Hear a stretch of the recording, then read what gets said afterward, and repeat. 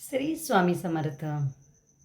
हुताशनी पौर्णिमा ही पौर्णिमा म्हणजेच होळी पौर्णिमा.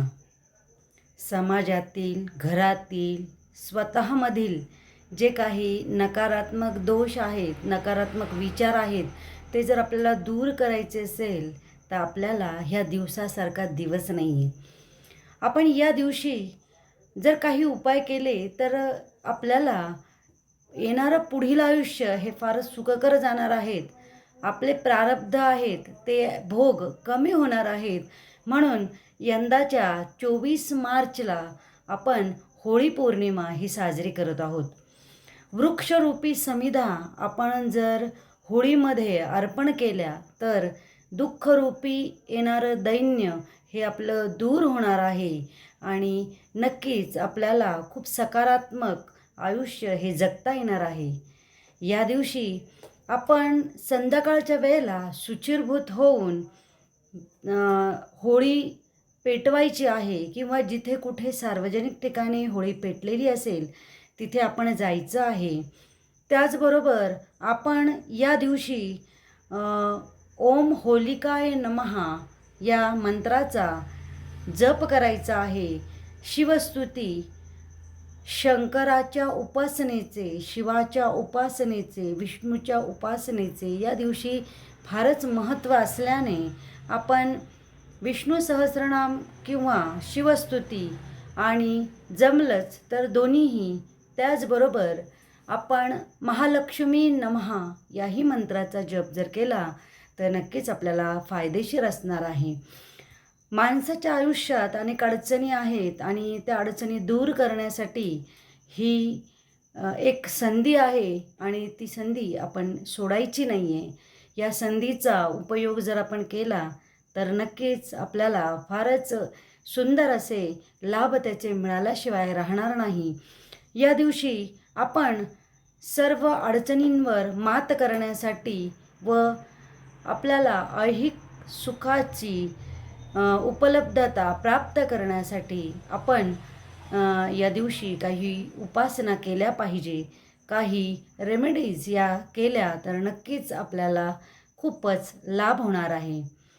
या दिवशीचा पहिला उपाय म्हणजे तो सर्व सुखासाठी आहे आणि आपल्याला सर्व सुख प्राप्त व्हावं असं जर वाटत असेल तर आपण 11 बत्ताशे घ्यायचे आहेत, 11 कवड्या घ्यायच्या आहेत आणि 5 गोमती चक्र घ्यायचे. स्वतःवरून क्लॉकवाईज उतरवायचे आणि आपण ते होलिकेमध्ये वाहून द्यायचे आहे. त्याचबरोबर दुसरा उपाय हा ह्या लोकांसाठी आहे की ज्यांचे विवाह जमत नाही आहे, प्रॉब्लेम येतो आहे, अडचणी येत आहेत, काही ना काही कारणामुळे स्थळ घरापर्यंत येत नाही आहे. त्यांनी 2 नागलीचे पानं घ्यायचे आहेत, 2 विड्याचे पानं हे त्यांनी घ्यायचे आहेत. त्याचबरोबर एक अखंड अशी सुपारी घ्यायची आणि 2 हळदीच्या गाठी घ्यायच्या आहेत, म्हणजेच हळकुंड घ्यायचे आहेत. हा जो उपाय आहे हा होळी पौर्णिमा आणि धुलिवंदन या दोन्हीही दिवशी आपल्याला करायचा आहे. हा सारखाच उपाय दोन्ही दिवशी आपण करायचा आहे. तर सांगितलेल्या वस्तू आपण घ्यायच्या आणि त्या महादेवाच्या मंदिरामध्ये आपल्याला वाहायच्या आहेत. 2 विड्याचे पानं, 1 अखंड सुपारी आणि 2 हळकुंड हे आपण महादेवाला वाहायचे. वाहून झाल्यानंतर आपण घरी येताना परत मागे बघायचं नाही आहे. अशा पद्धतीने दोन्हीही दिवशी आपण ही उपासना जर केली तर योग्य व्यक्तीबरोबर आपला विवाह हा नक्की होईल. त्याचबरोबर काहींना आर्थिक चिंता असतात तर धनवृद्धी वाढण्यासाठी आपण जर 5 गोमती चक्र हे स्वतःवरून उतरवून जर होलिकेमध्ये आपण अर्पण केले तर नक्कीच आपल्याला धनसंपदा प्राप्त होणार आहे. ज्यांना कुणाला नोकरीत अडचण असेल, प्रमोशन होत नसेल, अशांनी 1 नारळ स्वतःवरून उतरवून जर होळीमध्ये अर्पण केले तर नक्कीच फायदा होणार आहे.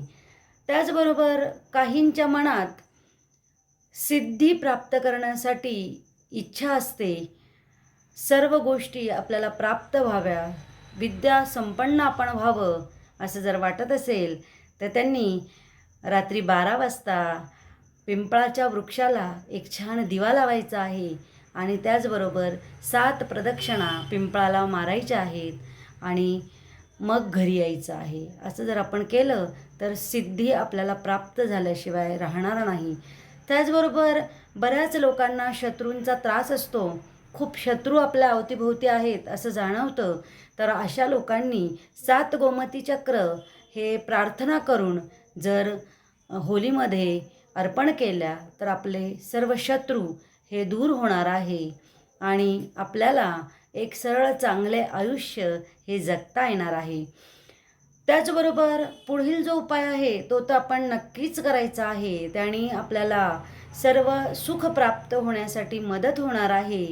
कारण हा शुभ संयोग आहे आणि त्याचा आपण फायदा हा जरूर करून घ्यावा. यामध्ये आपल्याला काय करायचे, 1 मूठ आपण काळे तीळ घ्यायचे आहेत, 1 मूठ उडीद घ्यायचे आहे, 1 मूठ जवस घ्यायची आहे आणि थोडीशी जटामासी ही घ्यायची आणि 1 नारळ घ्यायचं आणि हे सर्व जिन्नस आपण होळीभोवती 7 प्रदक्षिणा मारताना आपण थोड्या थोड्या ह्या वाहायच्या आहे. सर्वात आधी आपण नारळ वाहून देऊन नंतर बाकीचे जिन्नस ह्या वाहायच्या आहे आणि सर्व सुख प्राप्त होण्यासाठी या गोष्टी वाहिल्याने मदत होणार आहे. त्याचबरोबर या दिवशी आपण गरिबांना पुरणपोळी देता आली ते नक्की बघा. गरिबांना दान करा, पिवळे वस्त्र दान करा, पिवळ्या वस्तू दान करा. ज्यांना कोणाला राहूचा त्रास होत असेल, राहू महादशा असेल, अशा लोकांनी 1 नारळ घ्या. ते कोरडं हवं. ते नारळ त्यामध्ये होल पाडून आपण तेल भरायचं आहे, थोडा गूळ त्यात टाकायचा आहे आणि असं नारळ हे होळीला अर्पण करायचं आहे.